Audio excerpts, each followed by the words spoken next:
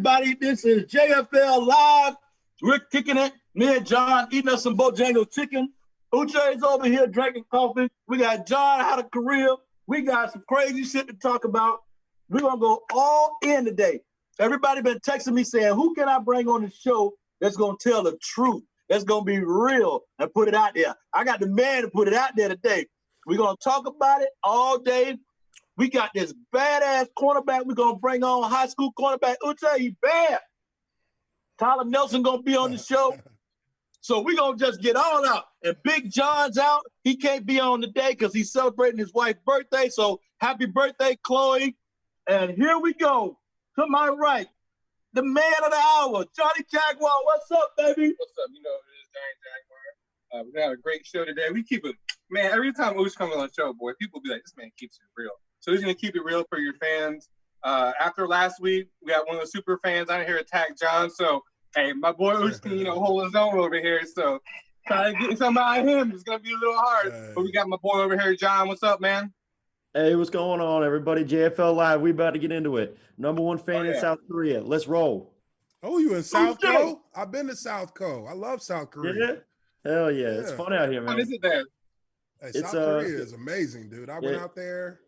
They're what? Like, they're probably, I think they're like, because I was in Japan when I went. I was in Japan for a month, and then I went for 5 days. I flew over to South Korea just to check it out. Like, I'm a huge Samsung fan, so I was like, oh yeah, okay. But I had an amazing time. It was a great time. Yeah, it's a ball over here, man. It's fun. And John, always as well. Thank you for your service as well with the Army. Oh yeah, I definitely of course. appreciate that. So let's get into last week, man. We all watched the game. Uche, what happened? That was a blowout. I mean, this was like the Gus Bradley era. Whoa. I think it might be worse than that. I think it's worse. I think it's worse. Look. Here's another day I got for everybody. Don't get me wrong, I said it last week. He's got that look that he had when he was in Buffalo, but it's a worse look now because he's walking around looking like, damn, I can't believe y'all ain't fired me yet. What I gotta do? So look, I mean, this is what it boils down to, man. And I mean, like I said, unfortunately, I've been in that situation on a team that just didn't, no, it's worse now. It's worse. This is why it's worse. It's worse because, look, when I was, my last year in Jacksonville was Gus Bradley's first year. Gus Bradley came in trying to instill a culture in the Jaguars. And, he was given 4 years. That culture that he was trying to establish didn't hold up as well as it did for him when he was in Seattle as a defense coordinator. So, that's just how the game goes in football. Sometimes you got a guy, he comes in, his ideas are good, his attitude about it is good, and over the course of his contract, it just didn't come to fruition like he hoped it would, and that was that. Point blank period. That happens all the time. Right. With Doug Marrone, this is the issue. You come in as a head coach, he never established the culture that he wanted to set for his vision of where the Jaguars should be. That was something that Tom Coughlin did. That was something that Dave Caldwell did. And they set in stone how, the rule of the day was going to be inside that facility. So with all of that being said, the head coach never had the legitimacy and likely didn't have the full buy-in from that was going to be needed to uphold any culture that you're trying to establish. And as we all saw over the course of years from 2016 to now, Tom Coughlin had a toxic culture in that facility, and it didn't resonate with players. It didn't resonate with coaches, and players, at a certain point, began to want out. And when when your best player wants out, and it was even before Ramsey, but we'll use Ramsey because that's really when it became nationally known that the Jaguars were in a bit of a shit show. Right. When Jalen Ramsey asked to be traded by that team, at that point, the culture is broken. Culture is broken because he's somebody that a lot of players on that team have respect for because of what he does on the field.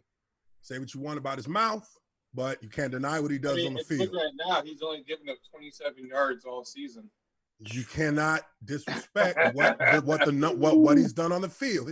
What he's doing on the field goes further than what numbers can even tell you he's doing on the field. They're not throwing his way. You've eliminated a portion of the field to have to be defended because he is over there. When that kind of player decides that they don't want to be a part of this franchise anymore, and it's not because of winning or losing, it's because of the culture and what's deemed acceptable and how the players are dealt with. So now I want nothing to do with y'all. And sure enough, within 6 months, we would learn that pretty much every core substantial player of that franchise did not want to be there anymore because the culture is broken. It's done. It's ash. It's been burned down. Coughlin has a lot to do with that. The NFLPA came out and said it live for the whole NFL world to read. Yeah. Don't go to Jacksonville. That is so damning that it immediately triggered Shad Khan, who's probably in Europe somewhere, who got the phone call or saw it on TV and said, oh, hell no. You're done. Bye, Tom Coughlin. You are done. You have effectively destroyed the culture of this franchise, and you have damaged the actual brand of the Jacksonville Jaguars as an actual brand. We have lost value. The value of the team you can argue that the value of the team lost out on that as well, as far as financially being able to sell it if you wanted to. So you keep talking about the culture. You played on both a good culture and a bad culture. Right now, it's probably the worst culture ever. How do they rebuild from here? Yeah, dude, look. I mean, and look, I know anybody who is a Jaguar fan on any level whatsoever. There's one name that I can mention that will induce vomiting from everybody in the room. And if I say that name, I can also say that where they are right now is very close to being worse than that. Now, he's a supporter of Minshew now. You're saying Blaine Smith. Gabbert. I'm saying Gene Smith. If you know who Gene Smith is, and you know how bad it can be, and the Jaguars are threading on the line of being that bad as far as from an organizational standpoint. Let me ask you this. Yeah. And I'll start with John. Let me put this out here. Okay. We know shit is bad. We know the culture's bad. We know you owe me roof, Chris, because we're not making the playoffs. That's good. Okay. So I said last week, Uche, me and John talked about this after the show last week, and I said, listen, at this point, you gotta fire Marone immediately because you're damaging all these players' credibility. The ones that want to leave, the ones that got a chance to leave, the ones that's going to stay, we are screwing their careers up, number one. Number two, how many coaches currently on the Jaguars team could actually rally all these players together and make this year somewhat decent? Well, not even decent, make it somewhat where everybody just don't hate us. And I told Big John, I said, listen, you fire Marone, you say Keenan McCardell, listen, we know you can rally these guys together. You be the interim, everybody, you need to follow him, and it does two things. Helps Keenan's career, and Keenan can rally them guys. Because one thing for sure, the wide receiver core respects Keenan McCardell. Right or wrong? No, you're right. The wide receiver core is the only position group on the entire team that's even worth talking about. You don't think I'll be honest. You don't think the offensive line's that good this year? They have a quarterback that's an elusive style quarterback. He makes them look better than they probably are. I would say if this offensive line was that good, then they would be ranked much higher in running the ball. They would be ranked much higher in third down conversions, and they'd be a lot better in the red zone. I mean, those are the telltale signs on whether your offense is actually efficient. What do you do on third down? What do you do in the running game? What do you do in the red zone? Red Zone's pretty good though. They're top 15 in the league. Man, let me Top tell y'all 15 something. in the league is a difference of like, I mean, the 15th ranked team in the league in red zone is probably right over 50% in red zone. A good red zone team in the NFL is 75% and up. Are you right? So John, you and I was talking last week, and you and I, we both was like, listen, everybody need to stop this Trevor Lawrence shit, because ain't nothing wrong with Minshew. It's everything else that's wrong. I wouldn't say that. Minshew's slipping, man. Man, it ain't. I mean, man. I don't think Minshew's the answer if you're talking about who's the franchise QB for the next 5 to 10 years. No. I think Minshew is Minshew's gonna get screwed by Jacksonville. I think he needs to kind of come to grips with that. You're gonna get screwed because you weren't a first round pick. It doesn't matter whether or not you have a good, first what? He had a good first 6 games. 6 games. Yeah. That don't mean nothing. We're talking about they're talking about bailing on a first round pick right now up in New York if he don't start showing something. They're talking about bailing on both of them New York quarterbacks. I know. They starting to ask whether the Jets are trying to get Trevor Lawrence. They just drafted a top 5 quarterback. It don't matter that he's had a good 6 games. There are quarterbacks who have twice the value that he does that are getting ready to get dumped on. What do you see his flaws as a you be blocking for? It doesn't necessarily have to even be that Minshew's doing anything that's terrible. Like he's not like he's. I mean, outside of. I mean, really, I've been paying attention. Outside of the Colts game, outside of the number of points they put up against who they play in week 2 or week 3? Titans. They put up a bunch of points, but they still lost. Outside of those kind of performances, he's middling. Like he's literally middling. He's a backup that can be a starter. He's kind of in between a backup starter at quarterback, but he's not a franchise quarterback. I mean, I like him. I see it for what it is. He's like Chad Henne. He's a Chad Henne. Let's be honest. He's a Chad Henne. Yeah. Hell no. He is not going to change the momentum of a football game in one drive. Go ahead, John. You first, and I'm a fire up on that. No, I just don't think he is. I just don't think he's a quarterback that can change the momentum of a game. I was very high coming into Minshew on this year, but man, like Uche said, he is not the answer. You could say the offense is the strong part of this team. The offense absolutely is better than it was last year.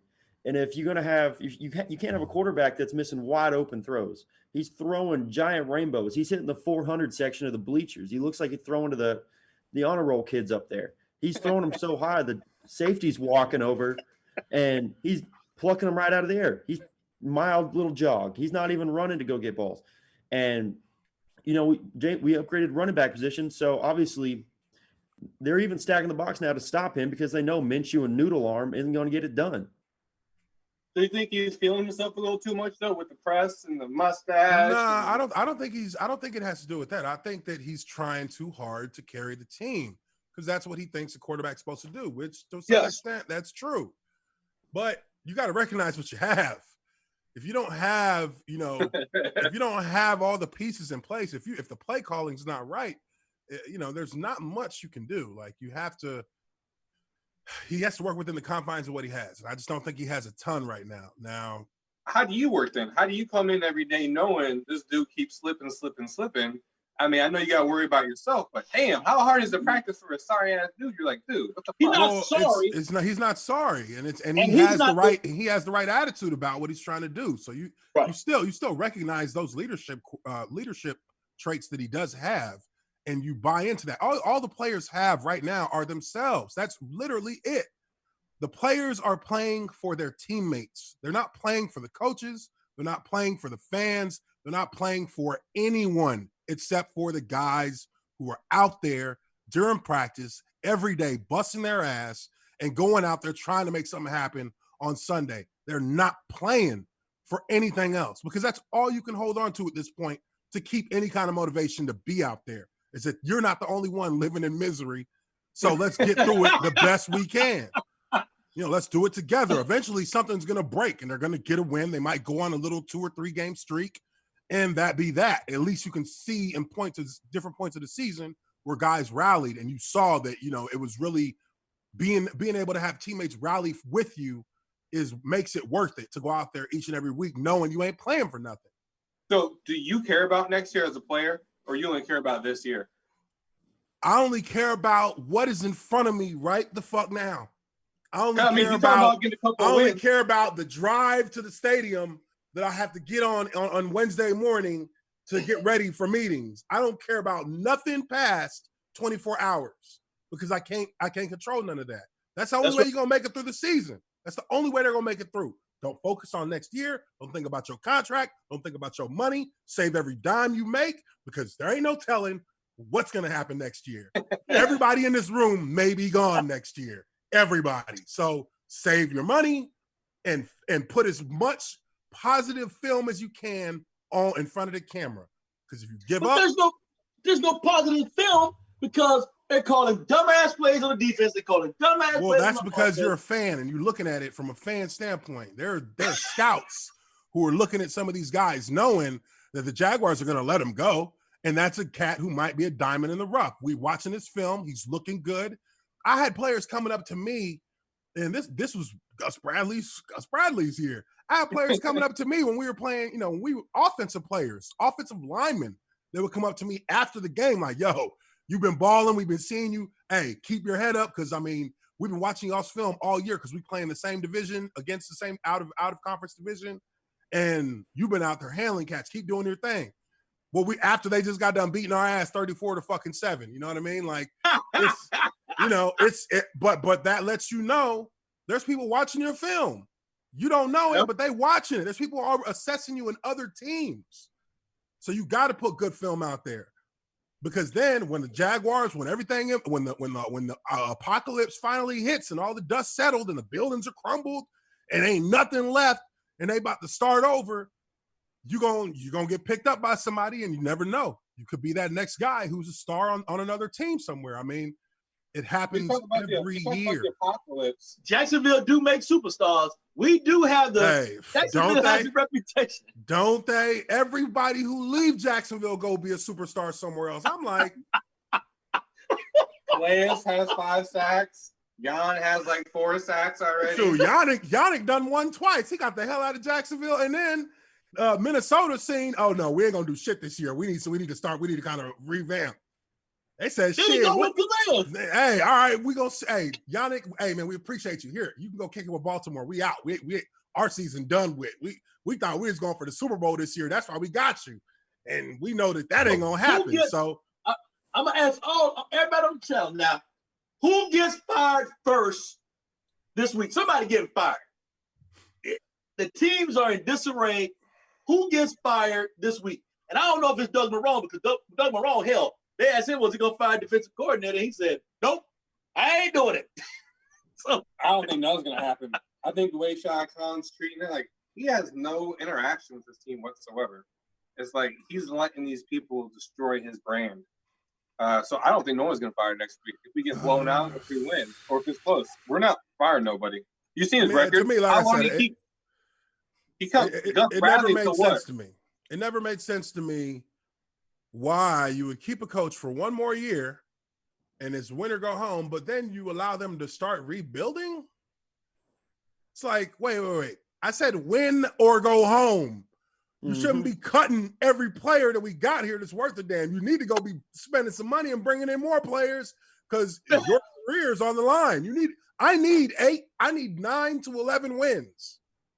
But have you seen that though? Like, how odd is that? Like you said, play or go home, and you cut your whole team, and you put you start rebuilding like you got a 5-year extension. Like what? No, you got a 1-season extension. What are you doing?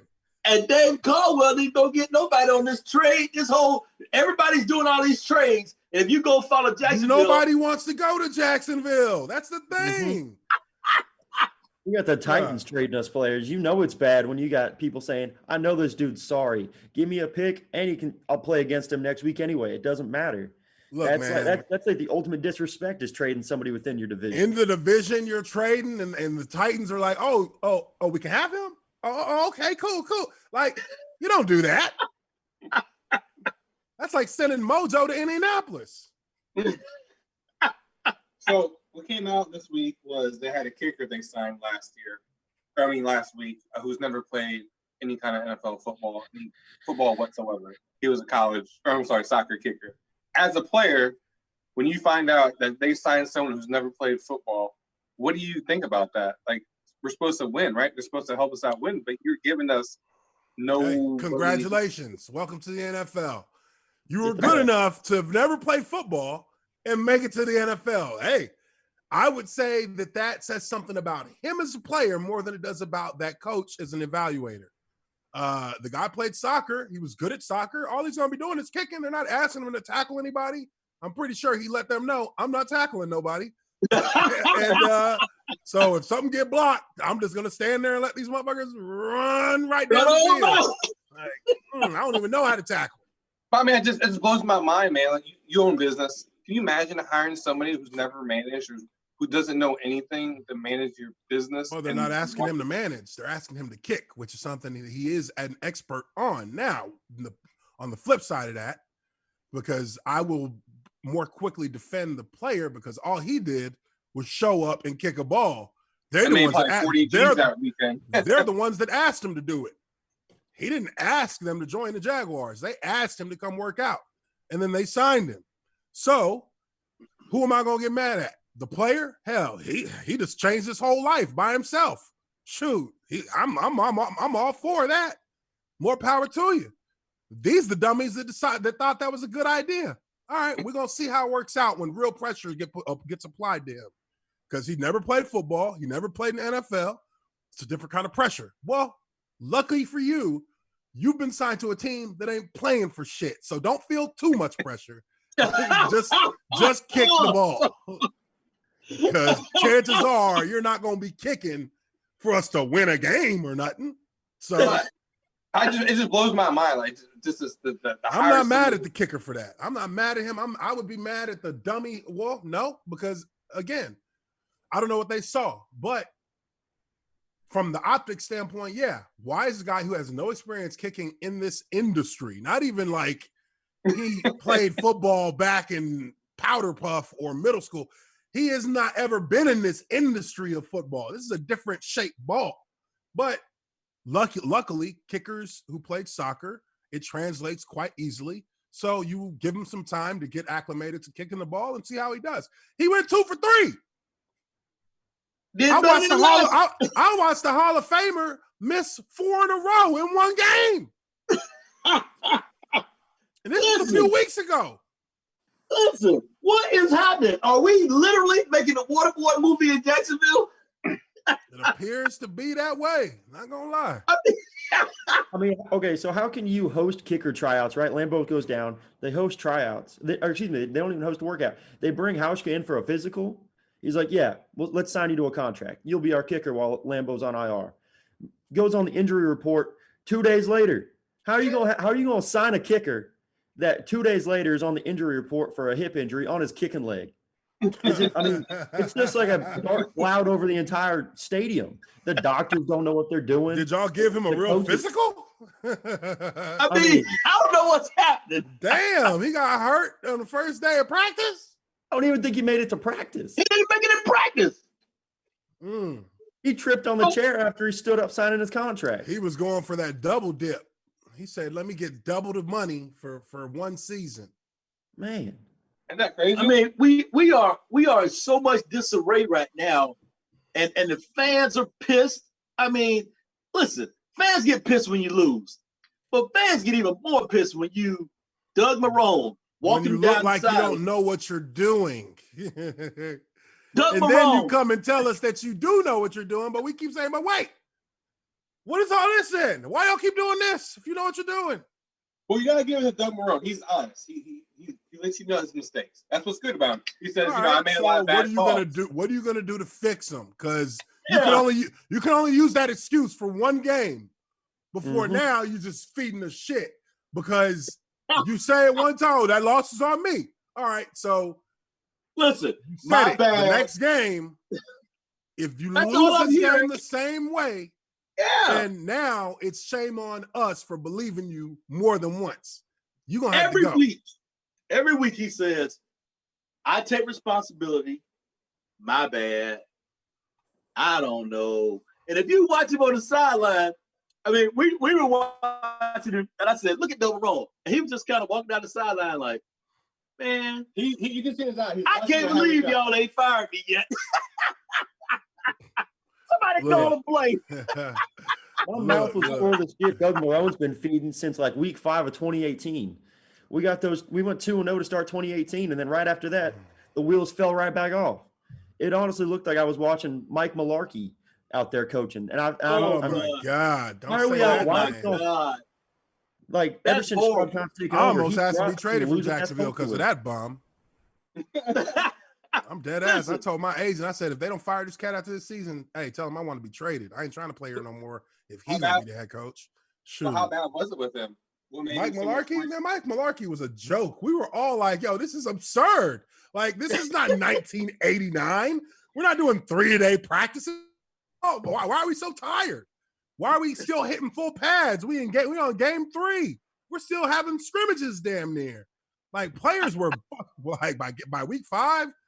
I don't even know which week it was. We were playing the Jets at home.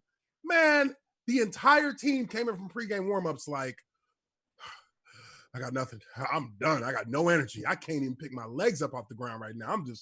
I was just like, yo, we about to get our ass whooped because I'm tired as hell.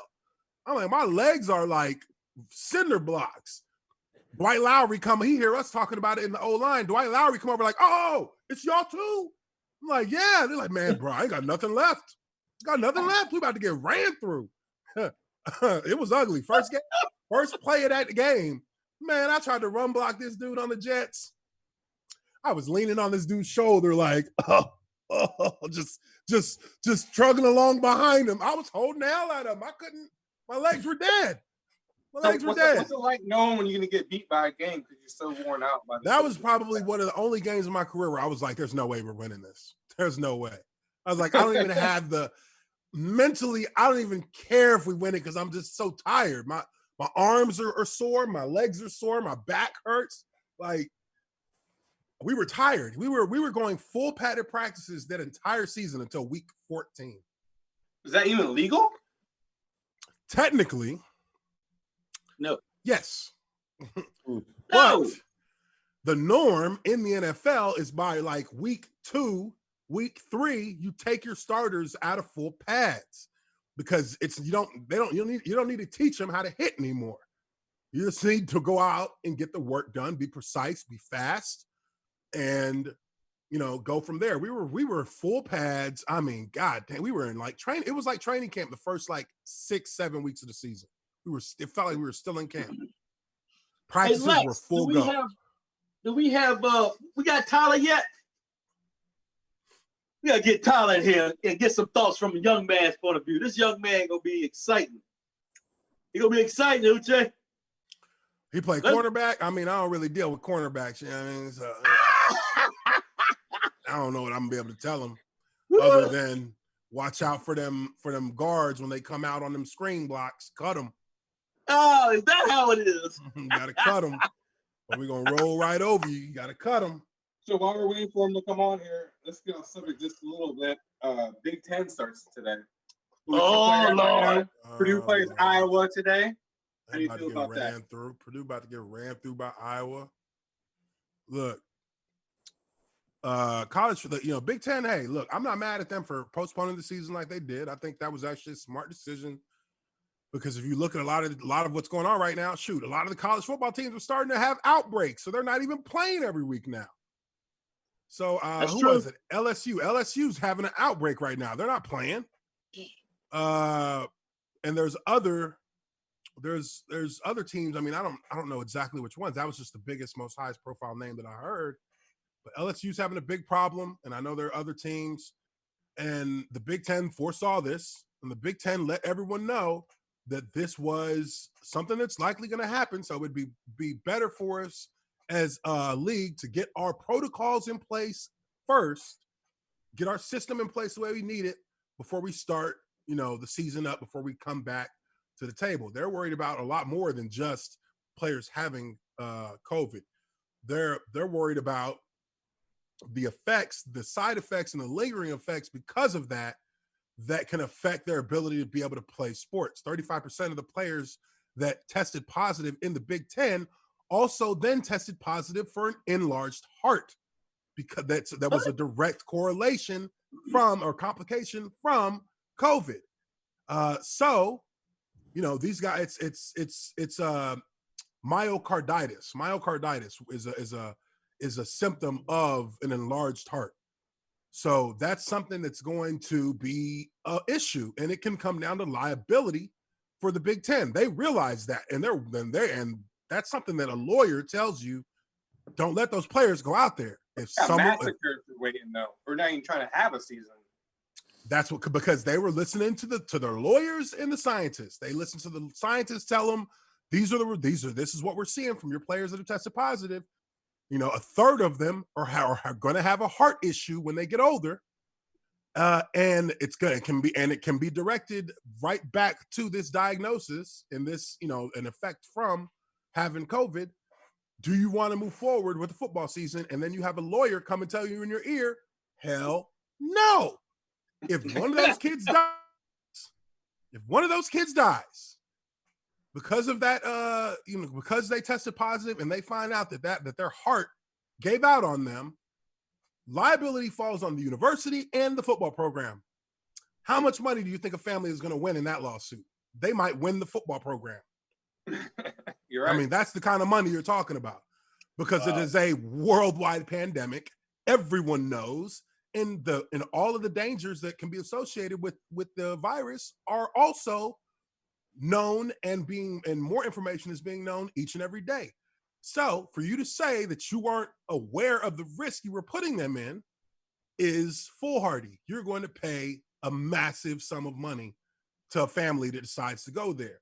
That's why a lot of teams in the SEC had their players sign waivers to waive their right to sue for liability. Wow.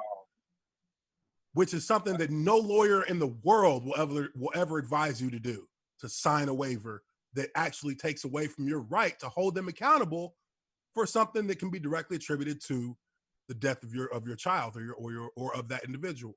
And then they're the ones making the millions off you while they make millions off of you, and they're not even paying you, and they won't let you get paid. Fuck them.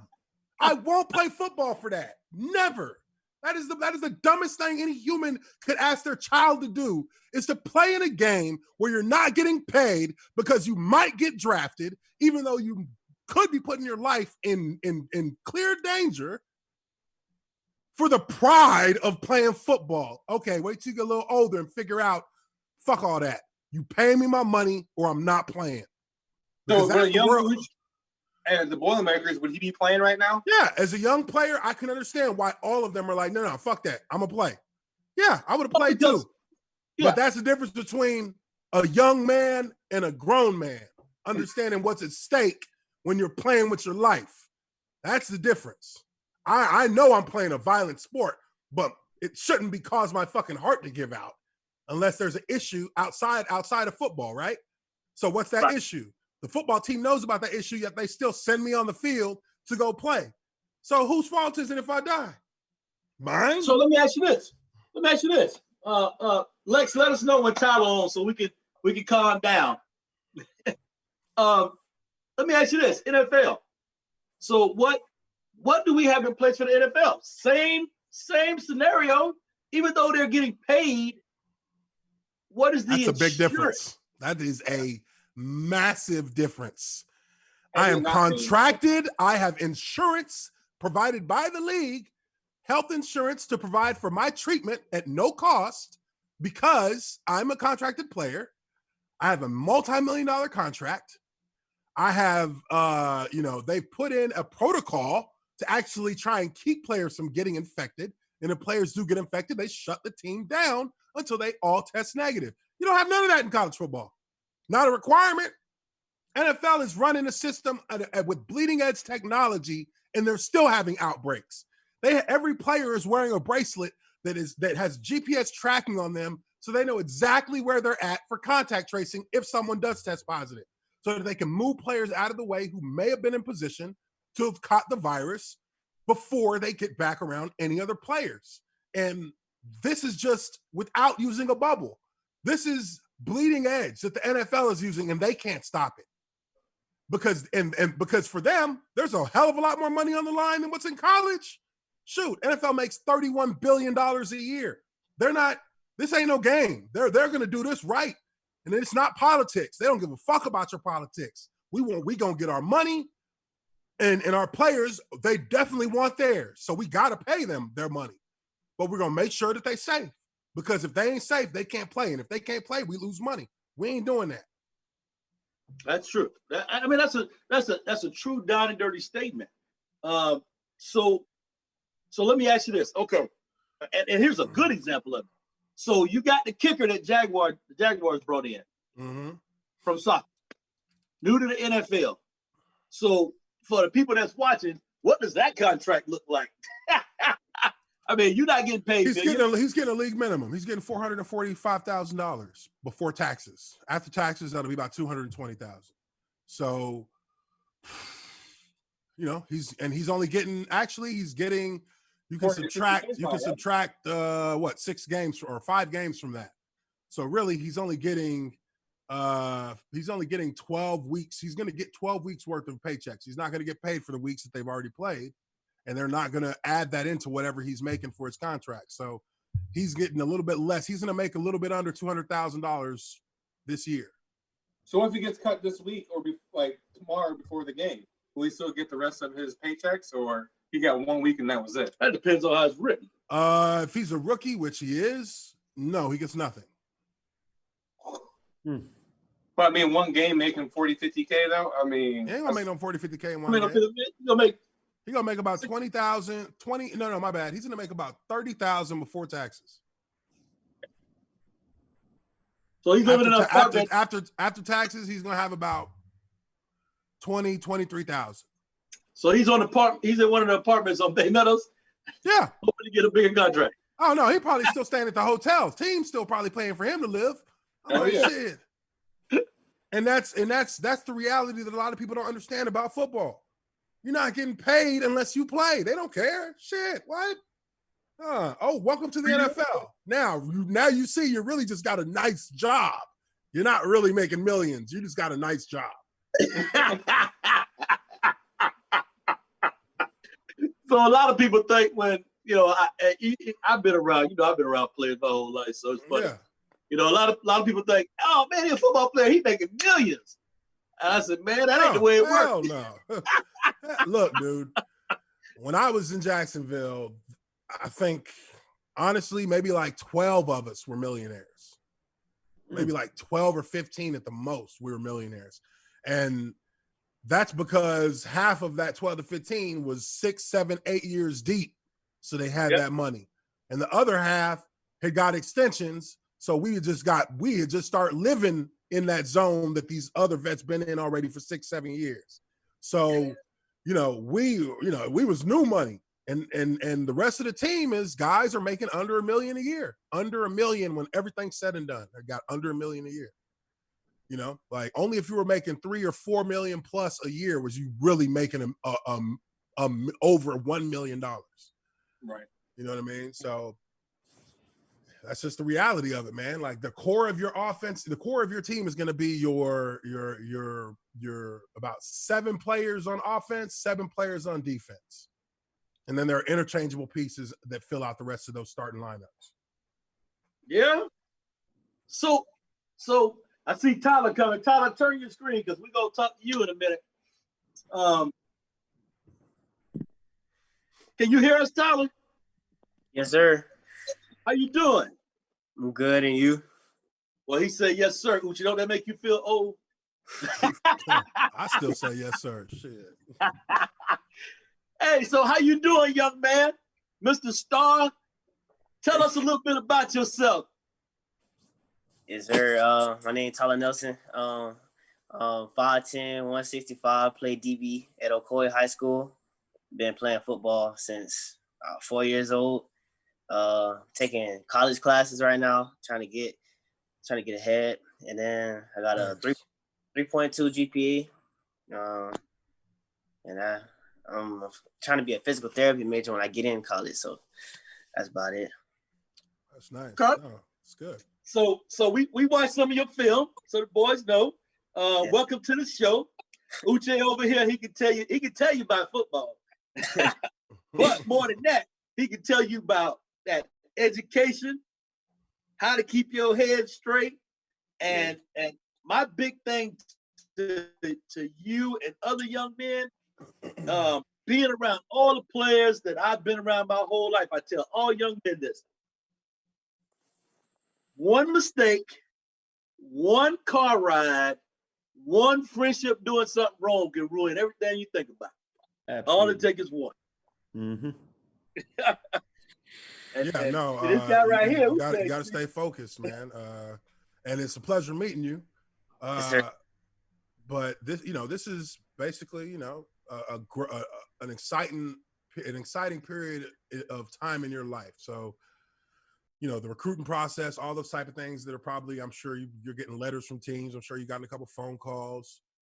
Just enjoy that process, man, and use the benefits and the blessings that you're going to get from football, whether it be a full ride or not. You're going to gain a certain kind of character being in a team sport that requires you to trust other people. Because one of the things that we have as a country, we're having a hard time with now is trusting each other. Well, football is one of the few spaces in sports, in society in general, really, where there's no such thing as racism. There's no such thing as people, judging you just because of how you look. Because, at the end of the day, it's show and tell. You either show what you can do. You have to show what you can do because you can't tell anybody. And I have to be able to trust the man next to me is going to do his job the same way he trusts that I'm going to do mine. So anything about him that is outside of, our connection as teammates to look out for one another is irrelevant. Don't matter. Like, that's one of the few places that a lot of, you ask Big John, you ask a lot of other players in Jacksonville. You rarely come across that kind of situation where there's any kind of, tension between players in a locker room just because of race or anything like that. It just doesn't exist that way. And I think it's important to take the lessons you learn in that atmosphere where you are void of those kind of issues and take that with you into your everyday life, because that's where you can become a leader for other people, and they can see you operating in a way that they can, be inspired by. And that means making the right decisions in crucial situations. Now, nobody's saying don't go have fun. Nobody's saying don't have a good time, don't enjoy yourself. I'm just saying know where your reputation as an individual can be put in jeopardy based on certain situations that you're around. You have to be aware of a lot of things like that. In college, when you get to college on that level, that's your first time in life truly without supervision. You don't have people around you telling you what to do, where to go, how to live, how to eat, how to drink, do whatever. You have the freedom as a quasi-adult, not full adult, but as an adult. You got the freedom to do what you want to do. You got the freedom to make decisions that are gonna, that will affect you one way or the other. Those are all things that you have to do and you have to live with. So, just be aware that, when those scenarios come up, think twice before making a decision. And don't allow anybody else to directly influence something that is going to affect you more than it might affect them. Because at the end of the day, when everybody's ass is against the blades, you're only looking out for your ass. You ain't looking out for the next ass. So, and again, just enjoy the time you're about to go through as a player who's being recruited. Enjoy it. Leave your keep your options open. And be true to yourself about where you want to go and how you want things to progress forward, whether it's with football or not, because at the end of the day, it's a 2% chance you're going to make it into the NFL. And that's just the fact of the matter. 2%. You got to win the lottery to make it in, but you can have an effect on that based on what you do. But still, be real with yourself. Look for something to work. Look for a backup plan. Have a backup plan ready. That should be your education. Your education should be a priority. You should be looking to get into a degree that's going to give you, something that you can be passionate about and something you can also make a living off of. But the simple fact that you're a football player, you're going to have a certain level of credibility with a lot of people in your own community. So, make sure you have all your eggs in a row so that if things work out, great. If they work out a different kind of way, that's good too. You can still use your status as a former athlete or as an athlete to help you in doing whatever you want to do moving forward in life. I actively use that I played in the NFL to this day. I've been retired for 7 years. And I actively use that to get into business because everybody wanted to be a football player when they was young. So now for them to be around and meet a football player, well, that's just great. Now, it's going to be great business for me too. So let's do something together. That's, and that's going to be a tool for you. So, just a couple of words of advice from that respect from me. So Uche, I love having, I love dealing with young people and having them on because, we've all been around and, John, you all the way in South Korea, we all know everything we do and say we impact those below us. Mm-hmm. And the biggest things I like bringing guys on because every young guy that I've talked to this year, they've had a hard time dealing with recruiting. And, what do you say to mom? What do you say to dad? How you handle all that? Oh, you asking me to talk to you about that? Yeah. Okay. Because this young man, he gonna have to. Not only is he gonna get the letters, he gonna get the phone calls. So and so down the street gonna say, "Hey man, you ought to go to Florida." So and so down the street gonna say, "You ought to go to Florida State."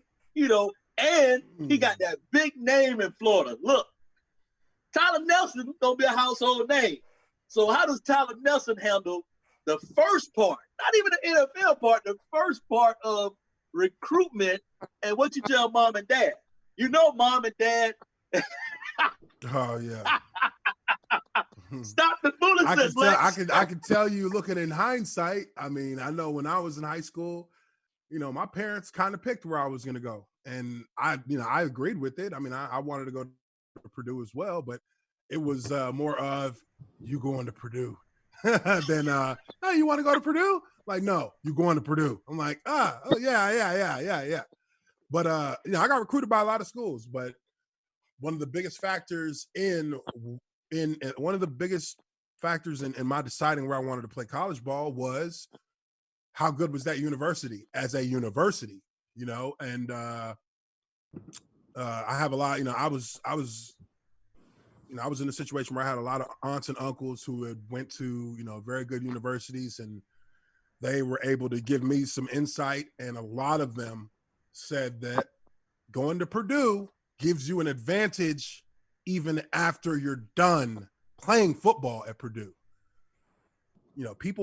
Telling people that you went to Purdue University, that's where you went to college, that is a very, that's something that gets you somewhere. That's something that right. creates a path for you, because a lot of people look at Purdue as one of the most prestigious universities in the country, which they are. It is one of the best universities in the country. So we got two guys from Purdue on here. I guess we're the smartest ones on here. Am I right? I mean, the system speaks for itself. You know what I mean? Like,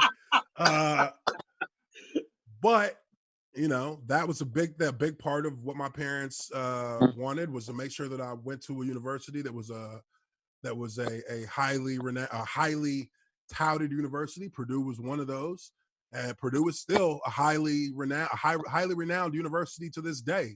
So that was a part of it, but also just kind of where the connection was made for me at the end of the day with Purdue was that they came to Garland, Texas. They flew, the head coach and the offense coordinator and the defense coordinator flew down to Texas to come have dinner at my house with my parents in our home. And that meant a lot to my entire family. That meant a lot to my siblings. That meant a lot to my parents. And that's when we decided this is where you're going. Because all these other places were calling. They were coming and visiting me in my high school, but this was the only one who came to my parents' house, who came to our home, sat down, participated in a little bit of the Nigerian culture and how my parents greeted them and handled them when they came to our place. And my parents really appreciated that. And my parents had an extreme loyalty to Joe Tiller and Danny Hope because of that. So, they wanted me to go to Purdue. I ended up going there, and the rest is history. But I think at the end of the day, for any player, it really just boils down to, in college, especially, you're going there as a football player. Even though you play one position, it does not mean that's what you're going to play when you get to college. I played defensive end from in high school. I didn't even start playing football till I was a sophomore in high school. I was playing basketball. So I went to, can you imagine it? I was dunking though. I sure was dunking. I'm gonna hold my comment on that. I was dunking on cats my freshman year in high school. What you mean? Shoot, 12 points a game, easy. 12 and 8. Tyler, you play any other sport? Yes, sir. I run track. There you go. Okay. Running track. There you go. Running track. Good. What's your time? What you run? Run 300 hurdles and the 110 hurdles. Oh yeah. Okay, hurdles. Yeah, that's perfect. See, you might end up being a wideout in college with them So hops. just go back. You were the basketball dude. What made you get into football and then from D line to the O line? Let him know because he might come in as a quarterback and be a safety, like you said. I was always a football guy, but my parents didn't want me playing football, so I played basketball. And when I started playing football my sophomore year, my parents were kind of like, they were against it, but they weren't against it. They was like, just we don't want you to get hurt, and it's a violent sport, even though they're massive football fans. I was a defensive end. I was second team All-State my senior year in high school in Texas. Our division, the division I played in, was the third-ranked division in the state of Texas. 2 out of 3 years. My last 2 out of 3 years in that division, because they had 2 state championship teams in our division of 9 schools in 3 years. And I played with, and it's crazy because 2 of my teammates from my high school were I played against in the NFL. Melvin Bullitt, who was a safety for the Colts, and Jacob Lacey, who was a cornerback for the Colts. Those were my teammates in high school. Wow. So, we were on the worst high school in the division. We ain't never make the playoffs. We never made the playoffs. But we had good players, clearly, because we got 3 NFL players, more than any of the other teams, even the state championship teams that were in our division. But, I think for me, you have to be open to the fact that you probably will change positions when you get to college. I got to Purdue and I was moved to the offensive line going into my red shirt sophomore year. So that would have been, first year was red shirt, second year was sophomore. After my second year, they moved me on to from defensive end to offensive line. It was literally like defensive end, defensive tackle, O-line. 3 days. Hey, was that proposed to you? Did they come to you and say we want you to switch, or was it like if you want to stay on the team? No, they didn't say nothing. They just was like, here, let's see how you look in a 3-point stance. I'm like, huh? What? What is this? What am I gonna play? Tight end? I was like, no. Well, we want to see you at guard. I'm like, whoa, what? O-line. Almost transferred. But But our defensive line coach, Gary Emanuel, he's a defensive line coach right now in the NFL. He told me, he said, look, you can either be a starter here at defensive end, which you could be good, you could be solid, but, if you move over to guard, you're going to make millions. That's going to be your path to the NFL. And I was like, all right, let's see how it works. And, that's how it played out. So, were you that easy to do that, or were you hell bent at first? Like, no, I'm defensive. No, I was going to transfer. I already told my parents. I can see that. I can almost see you in the office. I'm telling you, I can see you in the office saying, I'm going to finish this conversation because tomorrow I'm out. O-line, huh? Okay. All right. Yeah. Okay. All right. So, I'll be at practice tomorrow. So Tyler, for your first real official interview. So first of all, your mom and dad, I always tell, parents, y'all did a great job. Very good young man. And happy birthday to your dad. But bigger than that, man, listen. So I'm gonna hook you and Uche up because I think from a big standpoint of, hey, when you have somebody that can mentor you and talk to you, makes life a lot easier. And I bet you when Uche I bet you before Uche even got into college, he wish he had somebody of his caliber to be able to call him and say, yo, man, relax. It's okay. Yeah, I mean,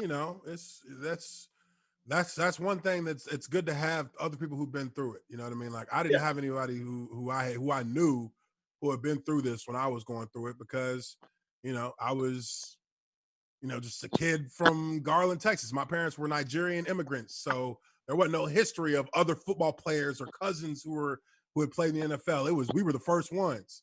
So, really, we just kind of I followed my parents' lead to a certain extent, and I went with what my gut told me, and that's all I had. Now looking at all these different players, it's become a science. It's become a algorithm getting into the NFL, getting your body ready to play. Dude, we didn't summer workouts. We didn't have that when I was playing in high school. We was like, I'm gone. What you mean? I went to Purdue. I got to Purdue about 12 pounds just because I was hanging out and chilling during summertime before I went up there. I'm like, shoot, I got a scholarship. What the hell I'm gonna be out here working out all crazy for? So if they wanted me to come work out in the summer, they would have had me come up. Shoot, I see them boys in the fall. But really, it's so much more. I mean, it was huge then, man. I mean, I'm from Texas, dude. Football is God. Yes. But it's so much bigger now than it ever was when I was coming up, and not bigger in popularity, just bigger in the way and the kind of tools that you have at your availability, or that are available to you to help you groom yourself to get into college with no trouble whatsoever. I ain't never heard nothing like this before. Like there was no training facilities to go to and train. Like in Garland, Texas, where I'm from, or where I grew up, Melvin Bullitt has a training facility, the Bullitt Experience. I did a podcast with him on my podcast about a month ago. We need to put that up on the show too. Yeah. Check out my channel on YouTube, Uche Nwaneri. Just type my name in on YouTube, it'll pop right up. But this guy has a facility that is, he's teaching all these young kids how to get ready to play at a professional level. Yes. He's teaching them how to get ready to play at that level, even though there's a very slim chance that any of them will make it. But they're going to be so much more better prepared than they ever have been in the past. And natural talent along with preparedness, that equals success. So, he's going to have there are going to be players who have an opportunity who will make it to the NFL. There are going to be players who are going to definitely make it to college. And like I said, you're a young cat right now. Don't worry about all the extra things you can't control, because you really have no control over nothing. Once you sign on paper and get your scholarship, that's about as much control as you're going to have from that point on. So leave the ego at the door, because nobody cares what you did in high school. Come ready to focus on what you're going to do as a player, how you're going to learn, because you don't know nothing. You don't even know how to play football yet. And these are facts. These are facts. High school football has a lot of the recruiting in high school is based on physical attributes, speed, those measurables. And yes, your talent is there, but your talent you're scraping the surface of your talent right now. And that talent is going to evolve. It's going to bloom. It's going to become better, more honed, more polished as you get older. Right now, you are at your starting point. You're a piece of coal that has to be pressurized into a diamond. So there's nothing that you've done right now that can really give you any true indication of what you're going to have 5 years from now. You'll start to see that 3 years from now. So, just focus on learning, learning what it means to be a student athlete, learning what it means to be a disciplined player, learning what it means to be coachable, because that is probably the biggest factor in whether or not a lot of these coaches will speak positively of you to NFL scouts once that time starts coming. You have to be a coachable player. You have to be a player who buys into the program. You have to be a player who minds their everything they have to get done off the field in order to be available on the field, because coaches don't like guys who fail out. And and from there, you let the pieces fall where they may. Your job is to go out, your job is to do a good job in class and to do a good job on the football field. You can control those two things, and based on how well you do there, you'll get results. Your results may vary, but you'll see results, and you'll see where that positive, play can take you going into the future. Hey, Tyler, so I've seen you on the news a couple of times. So, we got a superstar to make it. You've been on the news more times than any of us. It seems like every week Okoye got you in the news. So, but don't let that head get too big. You still got a long way to go. But I'm liking what I see. I think it's important for you young men to have mentors, like Uche said. Look, I know players that have retired that wish that they could have met with players in their younger years, and it would probably change some of the things they've done. One thing about Uche that is great, and anybody you meet will say this about him: very articulate. He knows how to speak, and he's very smart. He uses education. He did everything right, and so it was important for you two guys to meet, because as you move in the future, you got to have somebody to lean on that's already been. Because he can tell you when you get ready to, you pick up the phone and say, hey, I met so-and-so, and they say we can do this and we can do that. He's the one guy that knows, hang that phone up. Don't talk to them no more. Don't do it. And then there's so much that can make you ineligible. I mean, there's so many things you can do that can just mess you up, that is important that you talk to a guy like this, because, like he said, these scholarships going to be flying at you left and right. Everybody's going to try to talk to you. I've seen you on TV. I've seen your skills. I've seen your football. But there are people that you shouldn't be talking to. And he'll be able to tell you that. Hang that phone up. Tell him to call you no more. Tell him to call me. I'll tell him don't call you no more. I mean, I would just say, look, when it comes to your friends, look, I can't tell you not to hang out with your friends. Everybody knows when you was young, somebody tell you not to hang out with somebody, you're going to hang out with them. That's what we do. But I would just say, be mindful of what it is you have to lose compared to what it is they have to lose. I mean, now as a grown man, I can look back and say, you should only be hanging out with cats who getting scholarships like you getting them, because y'all all got the same amount to lose. So the chances that y'all are going to do something stupid are going to be slim to none, because he got a scholarship coming, multiple scholarships. He got multiple scholarships. He got multiple scholarships. And so do I. We all boys, because we all thinking the same way. Our future is bright.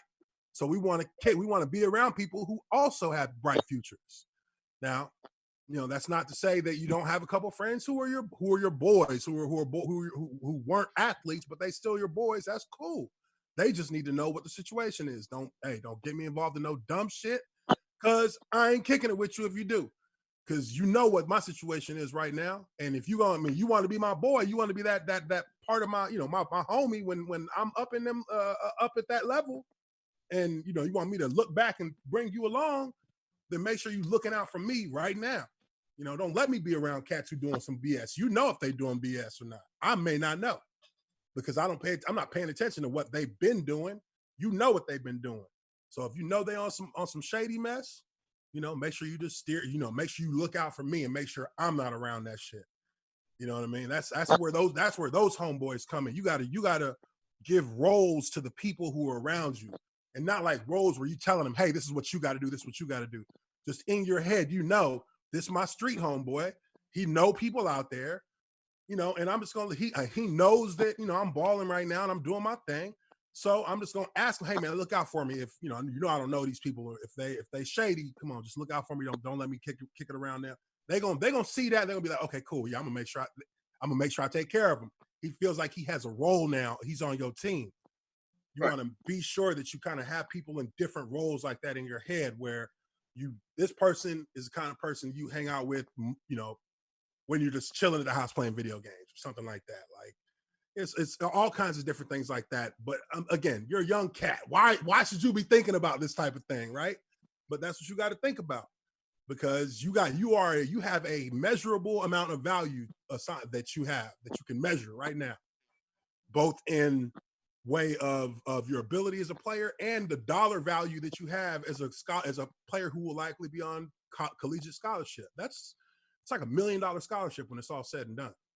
You know, school's about what, 100,000, 200,000 a year now. What is it? It's $1 million a year. How much is it? Anybody know? I know. You get old, dude, boy. I know it was like 40,000 a semester at Purdue. Shoot, so that was $100 a year for an out-of-state student. So over 5 years span, that's $500,000. I know it's higher than that now. That was back in 2006, 2007. Oh, you know. You know what I mean? So you have a high dollar value that you can measure your worth as an athlete to a university. So, you know, you have to be mindful of that. You know, don't let people put your value in jeopardy. And that's right. Don't be afraid to say nothing about it, because if they really your boys and you just be real with them and be like, look, bro, I'm not with that shit. You know, then they gonna understand and they gonna know, okay, this is a boundary. Let me make sure I don't let him cross this boundary. That's right. So listen, everybody, we talked about the Jaguars. I haven't given up yet. Doug Marrone's got to go. I'm saying it live. I done said my piece on that. Man, the entire coaching staff so has to go. I'm going to give everybody their going away talk, but we're going to start with Tyler. What you got to say before we get off the air? Man, he came on here to listen. He ain't come on here to talk. Hey, you're going to have to say something. We're going to come back to you. Big John up in South Korea, talk to us. What's going on? Hey, it's been fun, JFL Live. Put everybody that works for the Jaguar uniform, even on the business side, put them on a bunch of planes, send them into the sun. That's where they belong, hot trash. But it's been fun. Hit me up on YouTube, at Jags Fan Cave, on Twitter as well. It's been fun. I can't wait till next time. JFL, let's do it. The Jaguar, what you got, baby? Man, I can't wait to get this root Chris from you, bro. Oh my God! Hey, how much should I get from like $600-700 check free Chris here? Oh yeah. I'm gonna take all this money, boy. I'm ready for that meal. Well, he just gonna let it go. He ain't gonna let it go. So everybody know me and Big John made a bet with a couple of people that the Jaguars will go to the playoffs. So you know, that's already a lost bet. You better start putting some side bets on there. Dude, we ain't gonna get the number 1 overall pick. I got 400 on that. Jets gonna get it. 400 on the Jets. Then they're gonna trade the pick back to Jacksonville. Listen, I got a little glimmer of hope left. For what? What is that glimmer of hope left for? They still could make the playoffs. Technically, they're not. Man, look. Give them some hope, Oh man. my God. I love it when people talk about the technicalities of something. Well, technically, mathematically, it is still in the realm of possibility that they can make the playoff. Be real with yourself. I'm trying to give them some hope here, man. You think they're going to beat the Colts again? No. You think they're going to beat the Titans at all? No. You think they're going to beat the Texans again? That might be the most entertaining game of the entire season for Jacksonville when they play against the Texans. And real talk, Texans is getting a little bit better. Jaguars ain't. Jaguars are not going to win another game in the division. Hey, they got Lambeau coming back this week, so they are looking a little better. Lambeau will have to score 14 points by himself for them to have a chance. Oh, we got a funny thing. Now, Uche, it's your turn before we get off the air. What? Look, let me just tell everybody in Duval. Y'all know me. Y'all know my face. If I ever lied to you about this team, I would get online on the online forums. This is before we even had DMs. and I would talk to the fans about what's going on in Jacksonville. There's one name associated with Jacksonville football that is like Voldemort. You just don't say his name. Gene Smith. Ooh. That man, before our very eyes, brick by brick, tore down a football franchise that was destined to be a playoff contender year in and year out, minus 1 year that was affected heavily by injuries. We all know that, 2008. Since then, the Jaguars have had another opportunity to be a great football franchise, a football franchise that could get on the ground running and be a contender on a year in and year out basis. And not only did the people in charge allow arrogance and hubris to cloud their vision as to what the real goal was supposed to be for that franchise, not only did they levy all kinds of ridiculous rules and structure around players that were anti-productive to the culture of the franchise as it stood, they began to think they knew more about football than what's actually necessary to be successful in football. They turned a simple sport into rocket science, and look at where it brought them. How do you, I mean, there are people who are doing million view videos on the fall of Saxonville on YouTube. You can go look it up. Urinating Tree. I just had him on my podcast on Wednesday. Urinating Tree did probably the biggest, most explorative video on the fall of Saxonville. And the two things that destroyed Jacksonville: arrogance and complete mismanagement of the players and the culture of the locker room. The Jaguars have embarrassed themselves in the eyes of the football world, and now they're right back at the bottom of the barrel where they were before they had guys like Jack come in that time between him and Coughlin, and that time between Jack Del Rio and the 2017 season. These were two periods of utter despair for the Jacksonville Jaguars. And now here we are at the same position that we've been at all that time. Whether good or not, the Jaguars have fallen down to a bottom bunker team once again. Shad Khan is the person that everyone should be asking questions to.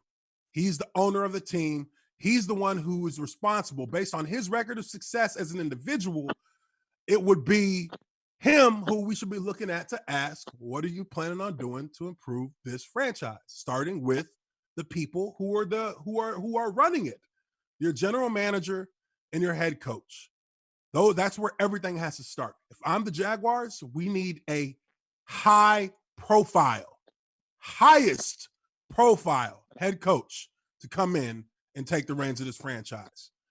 A Bill Cowher type, a Jimmy Johnson type, somebody who has real credibility as a head coach in the NFL. Mike Tice. Mike Tice. I mean, he's a candidate as well. Marvin Lewis. You have a number of proven NFL head coaches who have been in the postseason year in and year out. Whether they're successful is irrelevant. Whether they had the ability to take a franchise and consistently show success with that franchise, that is what should matter the most to fans of the Jaguars, because it doesn't matter if they sign somebody who's already there to be the next head coach. They're not changing a damn thing. Doesn't matter who they draft to come play here. They're not changing nothing until the culture changes. And the culture only changes when you clean the slate and you start fresh. Now, does that mean that a guy like Keenan McCardell can't get an opportunity to come back in as an offensive coordinator or something? No, he should be a player who they should be trying to keep around the franchise because of his success as a player during his time in Jacksonville. And that's another thing that the Jaguars are severely lacking, is they don't have a culture that is conducive to having former players want to be around this franchise. And that is another huge nail in the coffin of any success that Jacksonville has had in the past 20 years. When you don't treat the players who helped you build success with the kind of value that they should have in helping you sustain success as the years go on, then you're just going to continue to be in rebuild mode each and every year. And that's what Jacksonville is in right now. So until the culture changes with the coaches and the people making decisions and the culture around players who have been part of the success in Jacksonville changes, then nothing will change. And you guys will always be wondering, when are we going to be good? Yeah, you might get a year here and there when you catch the Colts on a bad year or you catch the Titans on a bad year, but that's going to be it. Those happen once a decade. And it's happened twice in 2 decades for Jacksonville. So what's it going to be? You want to be good forever? Or you just want to be good for 1 year and think that you're going to get back there every year? That's what I leave y'all with. Tell us your podcast so everybody know. Man, just type my name in on YouTube, Uche Nwaneri, and you'll find everything you need on my channel. It's all gonna pop up. I'm verified on YouTube. Is it weekly? My podcast is weekly, but I drop videos almost every day. And then on Wednesdays I do a live stream podcast.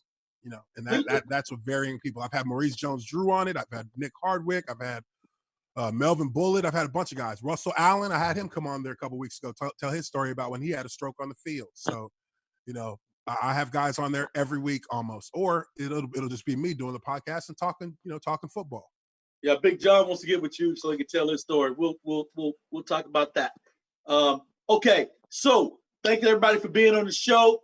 Tyler, we all 4 of us look forward to seeing you and your development throughout the years, because there's nothing better than seeing a young man here than seeing a young man here. Keep your education positive, keep your family values positive, stay out of trouble, and make sure that you call any of us when you have questions that you just confused with. Listen to your parents. They did good for you this far, so you might as well stick with what's working. Don't try to go out on your own and think you know it all. We are proud of you, young man. What you got to say? Having me on the show, you know, took a lot of stuff in. That's it, really. Hey, and make sure you find out how much y'all jerseys are, because I'd like to get one of your jerseys to put in my. And this one here, he might even put it in this Hall of Fame back here. Man, I sure don't see no 77 over here nowhere. Ooh! That must be the open spot in the middle. Must be. He waiting on you. It's all on you, baby. Mm-hmm. Waiting on me, huh? Waiting on you. It's all on you. All right. I think they got one of my jerseys out on eBay from Jacksonville. I know I've seen one time. It was a game jersey too. I ain't even. Of course, I want you to buy it. Shoot, I got mine. I got mine on the wall. What am I supposed to do? I ain't got 50 different jerseys just stacked up. I got one of each from each season. They all framed up. See, y'all, see how it is hard getting jerseys out here from these guys. All right, party people. It's time to say goodbye. Everybody, thank you for being on JFL Live. Y'all catch us. We'll be there. Make sure y'all check everybody on their podcast, YouTube. You catch us on go on our website. You catch everybody's information. Make sure y'all go see Tyler Nelson. When is your next game, Tyler? This Thursday coming up. I can't do Thursday. Send us a schedule. See if me and John can make our way to court. All right. Other John can't make it. He in South Korea. Uche way across the country. Man, I'm in Atlanta, dude. I'm 4 hours north. Hey, I'll make sure Uche got your phone number, reach out to you, and definitely keep you straight. And I'll make sure that Drake Florence gets your number. Drake Florence, another one that's man, really close. Where's Flo? Hey man, you know Flo's still doing his thing. Mr. Golfer now. He think he's the best golfer in town. Shit, man. Let me holler at Flo. I got his phone number. I'm gonna hit him up. I'm getting ready to hit him up after the show. Everybody, thank you for watching JFL Live. We out of here. Peace.